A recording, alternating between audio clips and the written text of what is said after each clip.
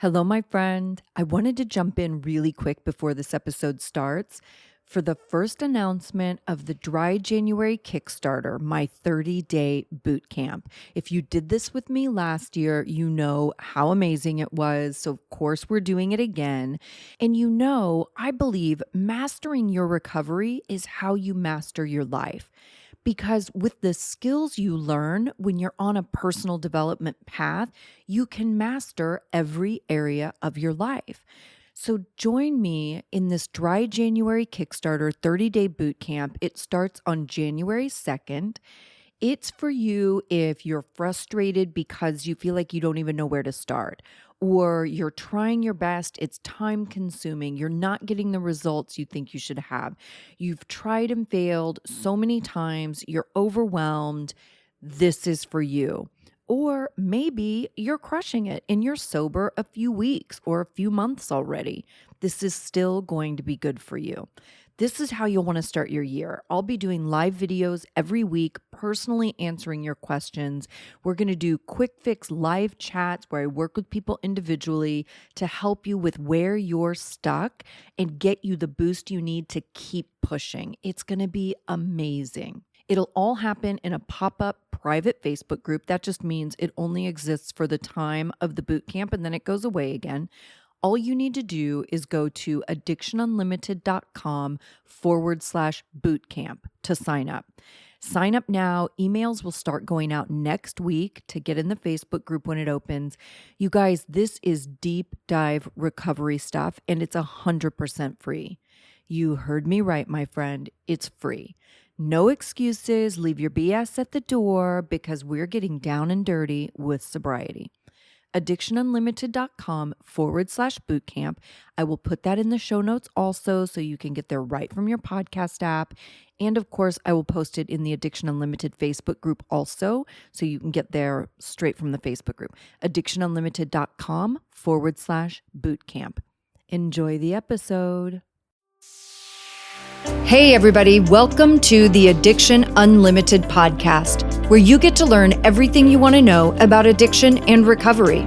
I'm your host, Angela Pugh, co-founder of Kansas City Recovery, life coach, and recovering alcoholic. To learn more about me, you can listen to episode 0 on your podcast app or find us on the web at addictionunlimited.com.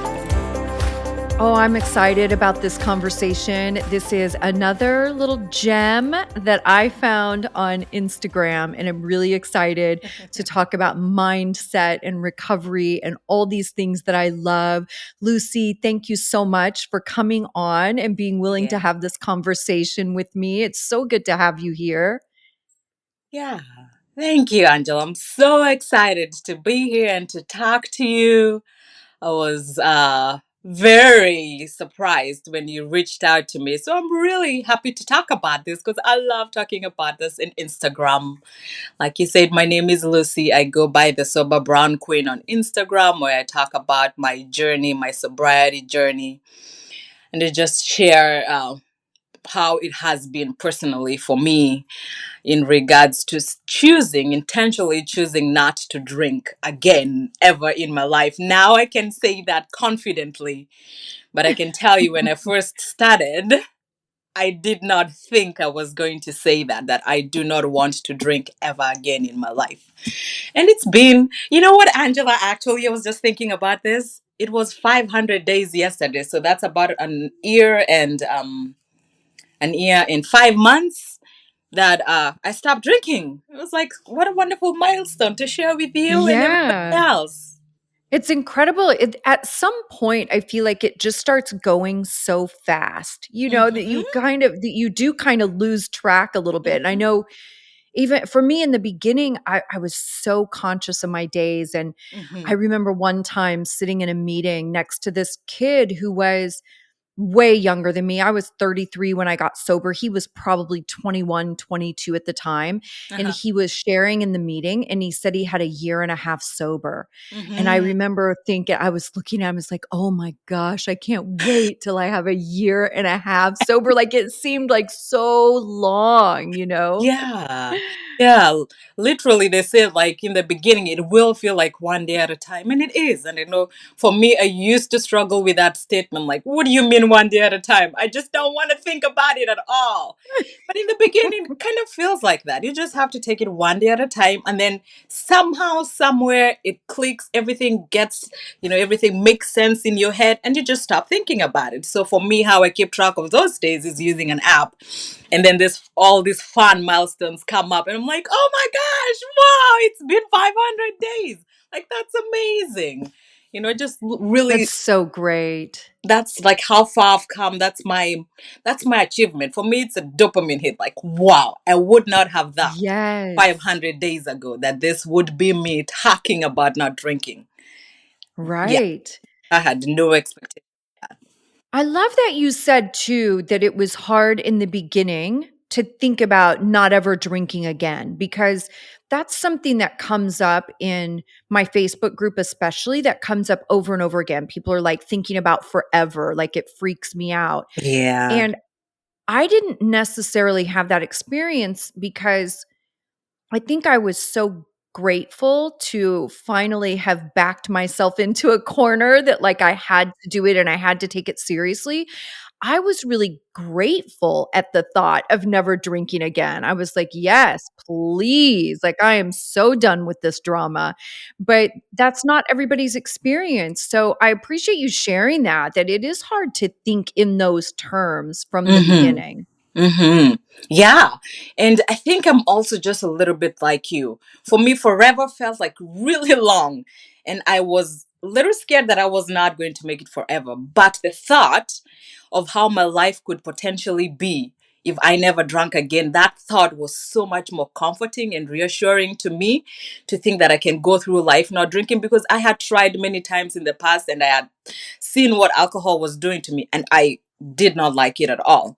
And one of those things that for me that was really hard is that I look at my life and I see like my life is awesome. Life does not suck actually. I have a pretty good career. I have a wonderful husband. I have children. So there was nothing really that was wrong in my life that was horrible that I had to stop. But it's how alcohol made me feel. Alcohol made me feel like crap. Alcohol made me feel ashamed, like I couldn't get over it. So the thought of living my life alcohol free was really great for me. But because I had never done this before, and because I had tried again, like sometime in the past, and I always went back to it, that was just that thought like, oh gosh, I hope this is not another one of those times. But this time I am doing it. And I actually made that decision on my bed. Just a random Friday, and I tell about this a little bit on my page. And I was just sitting in my bed on a Friday evening. I'd been drinking bottles of wine. It was July 4th weekend. I was just drinking constantly. It's fun. Everybody's drinking. But after July 4th, I was drinking like 5, 6 days straight wine. Every day a bottle or two of wine, just in the evening, chilling. And I was feeling horrible like at the sixth day. I just thought about like this is no way I'm going to live like this. I can't live like this anymore. And at that moment, just making that clear decision, I have drunk enough. There's no amount of alcohol in this world that will make me feel whole or will feel anything that I'm trying to feel. There's nothing. It's not going to work for me living like this anymore. And I made a decision then and there. I'm done. I'm done. That's it. And every day since then, it's like, wow, I had all this evidence. I don't wake up feeling like crap, you know? Yeah. It was so There's a much lot of better, and life has freedom. been so much Yeah. better. There's so much freedom in making that decision. And you also do create kind of alcohol can be its own little prison, right? It really does Oh, yeah. steal a lot of your freedom in many, many ways. And I know for me, it took me a while to start to Mm-hmm. connect those dots and see Mm-hmm. how significant it had really become in my life. So I think maybe Mm-hmm. that's a little down the road that you start to see that. But man, it's crazy just how committed I was to it and the level of Mm. sacrifice I was Mm. willing to make for my Mhm. drinking, like Mhm. sacrificing myself, my integrity, my honesty, my confidence, right? Jobs, Mhm. relationships, like I really sacrificing my time, like everything. Alcohol always kind of came first. Yeah, like all like my yeah, I get what you're saying because it's almost like alcohol is in the middle and I my life is scheduled around alcohol. So are we going to Yes. hang out on Saturday night? Yes. Is alcohol going to be involved? I am coming. Then Yeah. that's a prerequisite, like everything was for me was scheduled around alcohol. And once I removed that, it's like I was talking to somebody else the other day. It's like I did not have to add anything in my life for me to feel so great. Because right now Yeah. I feel great. I feel Yeah. wonderful. Like my mood is good most of the time, There's moments where we don't feel so good. But once I removed alcohol and now it's just me center stage, I feel awesome. I sleep well. That was one of my like my triggers. Like, oh, I want to have a glass of wine so I can go to sleep. I Mhm. not resting very well at night. I wonder why. It was because of the alcohol, but for me, Mhm. that was my reason to drink. But once I stopped drinking, I sleep great. Like I go to the bed, I am tired, I am ready to sleep on Friday night at 9 p.m. and I wake up on early Saturday morning and I'm ready to go. And that's the best feeling in the world to have that free extra time when I'm not Yeah. working, when I'm not out there doing business. It's just I feel rested, I feel rejuvenated. It's exactly what I was looking for. Yeah. Yeah, amen to Mhm. that. So you love to talk about the mindset side Mhm. of recovery, and I would Mhm. love for you to get into that a little bit for the listeners and talk about that passion for you and how that really came about. Like how did that become your passion? Yeah. So I think about this in the way that 80% of not drinking starts in the mind first. If you go into not drinking and you're thinking about or any substance or anything, and you're already thinking that this is going to be hard, this is miserable, I feel deprived, I'm losing, it's not going to work. It may work for a while, but it's not going to work in the long term well-being, long term wellness. And so for me, the decision to make a very clear decision in my head that I was done. There was no ifs about it. There was no but. There was no, okay, what if you have just one? Because I think the battle with moderation for me did not work. Trying to have a little bit and trying to count how many drinks have I had, that did not work for me. I was done. So the clear, wholehearted decision really helped my mindset to know that there was no room for just a little bit, for just a little one. I was willing to go through that and experience life, have fun without alcohol, do any kind of life experience without alcohol. Like, what is that possibility? And because of that clear mindset, then I was able to navigate through not drinking so much easier. Because I know I get this question like, what do you do when you get cravings? But, I just want half a shot that will make me feel better. I'm like, yeah, I get that. I can't really talk to you about moderating, but I can talk to you about making a very clear decision and deciding to stick with it. Because then that's when, for me, all the magic happens. That life of the maybe a little bit, maybe at Thanksgiving, maybe at my birthday, was not going to work for me. So the clear decision is really what made me have that strong mindset. And I wasn't like that in the beginning. There's a book that I read. It's called Control Alcohol. This Naked Mind Control Alcohol by Annie Grace. That book really Mhm. did it for me. It changed me. It helped me change a lot of my mindset about what alcohol really is and how it affects my life. So that was good. That was good in terms of changing my mindset about alcohol. It's so true, and for me, like, everything you're saying is so right on and Hmm. a lot similar to my experience also because I felt like first of all, moderation was a ridiculous attempt for me because when I get really honest with myself, I had no desire to drink moderately, right? Mm-hmm. I didn't Mm-hmm. enjoy drinking in moderation. That's not how I drink, right? Mm-hmm. So it was kind of dumb to begin with because Mm-hmm. my moderation wasn't even moderation. You Yeah. know? Yeah. But I it was hear like you.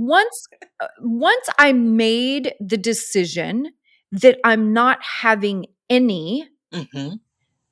then I didn't have to continue making that decision over and And over and over, right? I yes. wasn't in the indecision, one foot Yeah. in and one foot out. Yeah. Like I decided, like, I'm not having any, period. So Yeah. whenever a thought would creep in or a craving of any sort, it was just, well, we don't drink anymore. Like, figure something else out. It wasn't, are we going to, are we not? Can we get away with it? Maybe it'll be different this time. I wasn't stuck in all of that indecision. It was just, Mm-hmm. no, we're not having any. So figure out something else. There has to be another Mm-hmm. solution. Yeah, I love that because then you just give your brain that capacity to think about what else are we going to do because we are not drinking tonight. It is Friday night, Yep. it is Saturday night. What are we doing? So I got on my calendar in the beginning and I scheduled all kind of activities. I have three children. It was a wonderful thing that I decided to stop drinking during summer. So the weather was good and we could do all of these activities outside. So I knew one of my main triggers was Friday nights. After work, there's nothing to do. It's Saturday tomorrow. We don't have to do anything, huge unless it revolves around alcohol. That was great. Mhm. But so that was my triggers, my reasons to drink the weekend. So now, because I knew that, I planned ahead and I had many fun little activities on my calendar because we were not drinking. Lucy and me are not going to drink.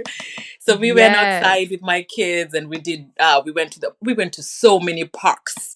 My kids, I think about that time and they were like, Mommy, was so fun. And that's one of the things that I never really heard from my kids because a lot of my activities were revolved around going to meet other adults so we can celebrate and drink. But at that point, Mhm. we visited museums, national parks. We went to uh, uh, we w- we just had a lot of activities that we were doing. Yeah, that was my way of not drinking. And then I also made room for myself, self care, taking care of myself, going getting my nails done. I really didn't. Somehow, I really never had the time to do those things when I was drinking. Right. It's amazing how many things we tell ourselves just to no, and we don't get ahead in our life. So I made an intentional time for myself, self care, take care of myself. Those little dopamine hits, taking care of myself, taking care of my children, being present, being available for them, just started giving me enough morale and confidence. Like, wow, look at all of these amazing things. This is great. And it Mhm. just added to the fire of wanting to stay alcohol free. What has been one of your most challenging times in sobriety, and how have you stayed sober? I cannot think of one big, huge, challenging thing that has happened so far. And one of the reasons I think is because once I stopped drinking, all those things that you do not want to do, now they're right there in your face. You have to figure them out, right? So there's not I don't have down days. Like so for example, when I was drinking, I had down days when I was recovering, when I was hangover, I couldn't do anything for about 2 days and I was laying in my bed feeling horrible. Now I don't have those days anymore. So I have had to dig up a lot of crap in my life. And one of those Mhm. things was my job. What I was doing was very unsatisfying to me. And so one of my reasons for drinking was, oh my gosh, I've had such a rough day, such a long day. I need a drink. Yeah. I quit, I resigned, and I found another job. And I was very clear again when we talk about mindset. I was very clear that I needed to find work that I wanted to do. And I'm Mhm. a nurse. So one of so I at some point I had been feeling very frustrated. And so I found work that I love to do. I found the teaching side of nursing. That Mm. set a lot of light bulbs in my mind. I was excited about work. I was looking forward to going to work. So making mindset, again, this is where I love the topic about mindset, making clear decisions. I made the decision that I was going to resign, and I found work that was satisfying to me. That was the first major step. I have had a lot in the beginning when I was drinking. We had a lot of challenges in our relationship with my husband because I was over drinking. And so we've been working along all of that. So it's finding all of the areas in my life that sucked, kind of, and fixing them and making a decision that I want to fix that. The relationship with my oldest child, she's 12. So she's seen me. She's seen me drunk. Mhm. She's seen me passed out. She's seen me being an intoxicated mother. She knows the difference Mhm. between when I'm drinking and when I'm not drinking. So our relationship was somehow fractured, somehow damaged because we've talked about this with her, and she couldn't trust me. How do you trust Mhm. a person who in the beginning, like, when you're drinking, you're fine. And 4 hours later, I'm in a state of blackout and I don't really quite remember, well, did I feed them that night? What time did you go to bed? Who took you to bed? I know they're safe. They're in my house, but she had no trust in me. Like I could, if I said we were going to do something tomorrow, Saturday morning, she didn't know if I meant that, if it did not revolve around alcohol. So fixing the relationship with my eldest child, actually, I can say that has been one of the most challenging things for me, but also very rewarding because now we talk. Now, Mhm. for how I address the topic of alcohol or any drugs is that it's going to be fun. If you do it, it will be. You will feel something. There is a dopamine that gets released when you drink, but it's fake, it's unnatural, it's not normal, and you will get hooked and addicted to that feeling, which is not normal. So we talk a lot with her, and now we're having a relationship that is trusting, is loving, but it is an intentional decision for me to fix that relationship with her. Yeah. Yeah. That's so brave changing jobs too. I mean, rebuilding those relationships is challenging and Mhm. time consuming for sure because it does take a while to rebuild the trust. And it's almost Right. always the trust, right, that's really Hmm. damaged. And Hmm. not only in that oftentimes, people are dishonest in their Hmm. drinking, but also we're just not dependable, right? And that Hmm. damages that trust with our people too. Hmm. And I love that you just quit your job and said, "I'm gonna find something I love." I mean, that's Yeah. so huge. It's one of the things you hear so much about is people being dissatisfied with work, Hmm. but so often we get paralyzed in the fear of Hmm. changing that, right? Like, what Hmm. would that look like? How would I do that? Could I even find another job? I have to have these benefits and I have to have this paycheck. And Right. people don't take action, but it's such a joy killer Uh-huh. if you are unhappy because you spend so much of your life at At work. work. Yes. So you might as well do something that you enjoy doing. I would not have been open to that possibility if I was still drinking. That's Work what I was was going my to reason ask to you. drink. Yeah. Yeah, it Yeah. was a crisis. But once I stopped drinking, then I wanted to go to work, like you just said. I wanted to have a place that I enjoy going to. And so Yeah. I got on the internet, I got on Indeed, and I was just looking and looking and wondering, where do I want to go? Where do I want to spend my time doing? I have many choices. I'm going to find it. It was scary, going to the unknown Yeah. is scary, but it was either continue living my life, how I was living, or make a decision and just trust the process. And it was actually very good for me because I did find a job that I Yeah. love. Oh, And it's now I'm so just about good. to change that.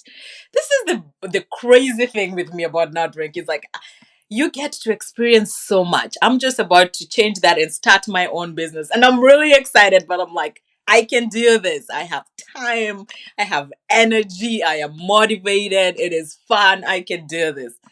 That mindset of not drinking is quite different. I'm a different person. So many wonderful things have happened in my life because I made one decision that I am not having anything to drink, in terms of alcohol. I'm not having it. Yeah.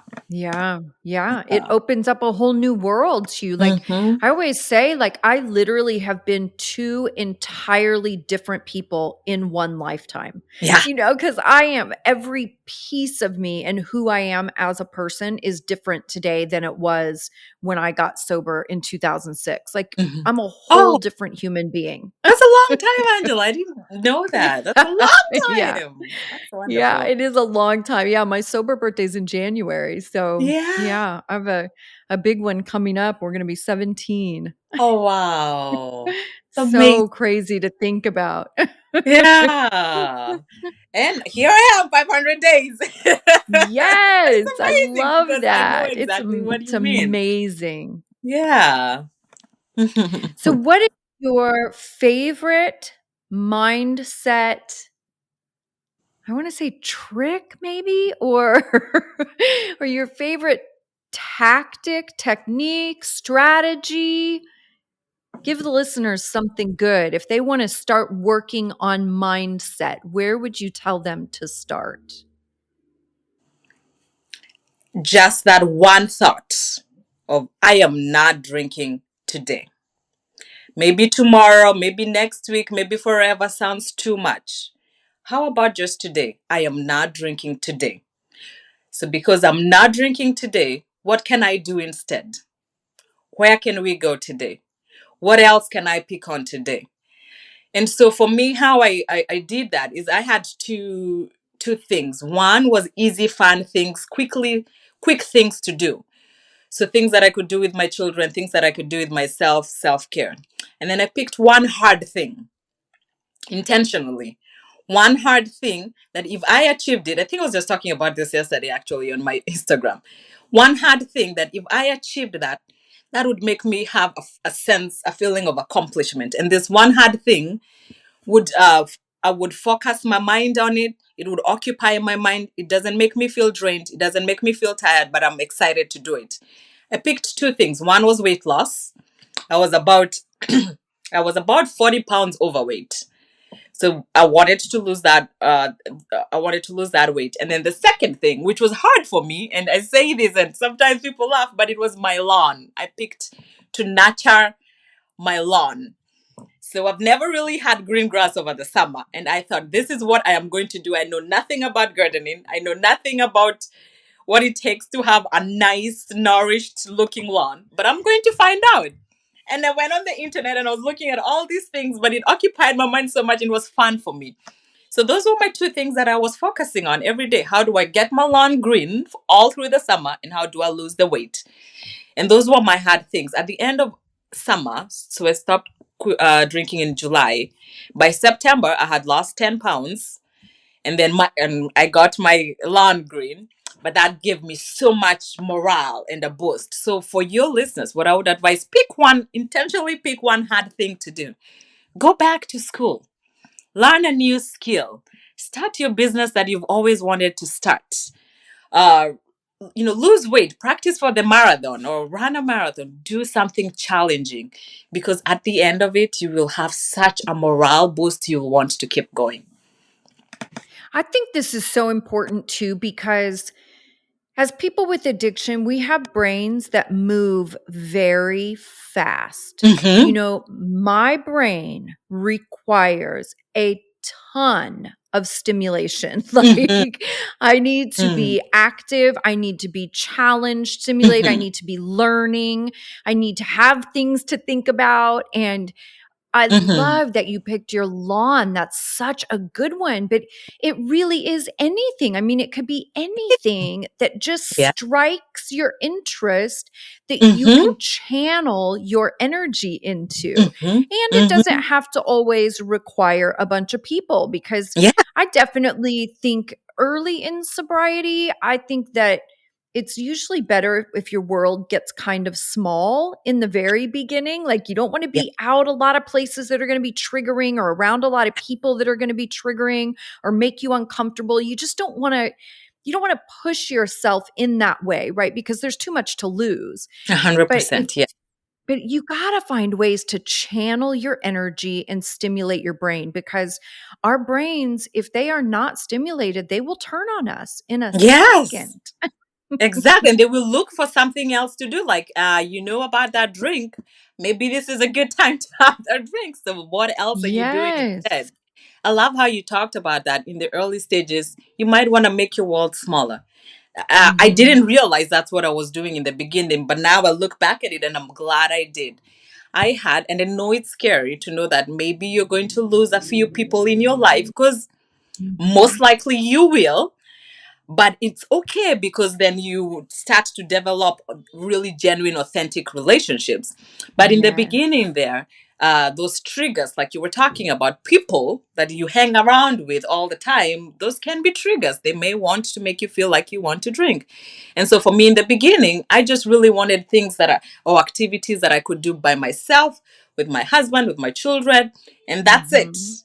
Once I got to Mhm. 60 days, in the begin for the first 2 months, I did not tell anyone that I had stopped drinking because I did not want to have to justify my reasons, to explain Right. myself, to really defend the reason why I'm not drinking anymore, because it's not, it wasn't too bad. You're all right. I did not want any of that because I had made my decision not to drink.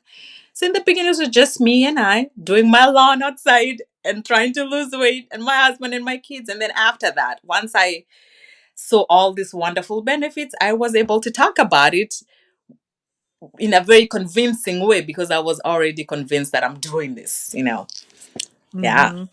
And your commitment does change. I mean, I know I had a lot of what you talked about, like, in the very beginning, I felt really confident, like I didn't want to drink ever again. Mm-hmm. But I'm a 12-stepper, right? So I went to AA and I would sit in AA and see all these people, hear people talk about relapsing. So I definitely had enough humility to understand that relapse is a very real thing. And Mm-hmm. even though I didn't feel like I wanted to drink, I always had that awareness that I could Mm-hmm. relapse just like other people relapse, right? There, I'm not Mm-hmm. special, you know? Mm-hmm. And I remember at 2 weeks sober, I had a moment and I was on a date, a first date, and I had a moment where he looked at me, he's like, "I don't know," because I had told him I had just quit drinking, and Mm-hmm. he's like, "I don't know what to do. I'm getting wine. I don't know if I should offer you any." And I was like, "No." But in my head, I thought all these things like, well, of course, I want him to like me. I want this date to be fun. I want him to want to go out with me again. Right. And then the next thing I thought was, like, I'm not marrying this guy, right? Like, he Yeah. was gorgeous, but it's not like we were going to spend the rest of our lives together. So I thought, you don't make permanent decisions based on temporary people. And Yeah. Oh, so in good. that moment, that's when I think at 2 weeks sober, that's when I knew I was committed on a different level. Like, I Yeah. wasn't going to let anything take me down, and I got very protective of my sobriety, and I didn't Mm-hmm. want anybody near it that didn't support it, love it the way I loved it, Mm-hmm. want it for me. I didn't want anybody around it that would threaten it. I didn't wanna be in any places that would threaten it. Like, I got very protective of my sobriety, and I only wanted to be around people who loved it as much as I did. Exactly. I know. I love that. I just absolutely love that. And that is so true for me as well. I cannot endanger, or I cannot put my sobriety right now on the line anymore. Not at all. So that comes first because I have seen the wonderful things it can do in my life. My wellness comes first. My long term well being comes first. And the most amazing thing that I can say right now is that I come first. I had to work through a lot of Yes. issues about that. I come first. I matter. And feeling great, feeling awesome for me is really important. So that, yeah, everything you said. Yeah. Yeah. So good. Okay, last question, favorite question. What Yes. is your favorite thing about being a sober person? The relationship with myself. When I was drinking, I know everybody says, oh, you have to love yourself before you love others. Love yourself. And I have to be honest with you, Angela, I had no idea what that meant. I knew intellectually, yeah, that's true. But I did not have a relationship with myself at all. And you mentioned this at some point where you're almost getting to relearn yourself, know yourself as a whole Mm-hmm. different person. So after I stopped drinking, it's Mm-hmm. like I'm a whole new person and I'm learning this girl. I'm loving on this girl. And this girl is making a lot of decisions and she's honoring those decisions. She's being a dependable person now. She's being reliable. She's showing up in life. She's setting goals. She's achieving goals. She's happy. She's taking care of herself. And now I know what it means when I say I love myself. I feel it in my bones. I live it. And that's because I made a clear decision. I stuck with it. And it has also resulted in a loving, honoring, true, trusting relationship with me. If I got my back, that's all that matters. I got my own back. And because of that, I can do anything I want to do because I know I will always get That's my back. so beautifully said. There is something amazing that happens to you as a person when you regain your trust in Mm-hmm. yourself. Mm-hmm. And only those of us that have really damaged that trust in ourselves can Yeah. understand that. But what a beautiful, beautiful thing to really trust yourself and your ability to handle yourself, handle Mm-hmm. your life, make good decisions. A lot of things in life don't freak me out because Mm-hmm. I know, even when it's really painful, I know that I will figure it out. I trust Right. me to Right. figure it out, figure out the solution and show up for myself and make it happen. And I Yeah. never had that as a drinking person. Yeah, me too. Me too. And that's so empowering because, even if you don't figure it out along the way, you're not going to spend 2 days drinking it down and beating up on yourself and setting yourself back. It's like you rest, you take a moment, you re strategize, you rethink, and you keep moving. And I think that's the good thing with not drinking because you're always moving forward because you don't have a reason Yeah. to step back a couple of days back or a couple of steps back. Yeah. Yeah. And then also, it allowed me to understand too that I am my only limitation. Oh, yeah. Right? Where before I could put that responsibility on alcohol. Like I knew my Okay. drinking was my biggest limitation. And what that allowed me to do was dodge responsibility. Uh-huh. Oh, it's because of my drinking. It's the drinking, it's alcoholism, whatever. And then I didn't have to step up and Hmm. actually take responsibility for myself and my life. Right? Yeah. And that's why I said I love it so much that I know right now if I set a goal, I know I'm going to do it. I'm going to Yeah. figure out a way of how to do it and achieve it, and it's going to get done no matter what. I love that. Yeah. Yeah. Yeah. Amen to that. Well, Lucy, thank you again for coming on and Thank doing you. this with me. What an incredible conversation. And I hope we have more. Yeah, me too. Thank you so much for having me. I really appreciate you and all the work that you do. Since Thank 2006, that's you. a long time. I'm gonna be just It like is a long time. I can't figure out when I got that damn old. I love You've it. reached the end of another great episode of the Addiction Unlimited podcast. Candid and honest conversation about addiction and recovery. Be sure to visit us at addictionunlimited.com to join the conversation and access show notes and links to everything we talked about. Love this episode? Please take 30 seconds to subscribe, rate, and review on iTunes to help us improve and give you the information you want. Thanks for listening. See you next week.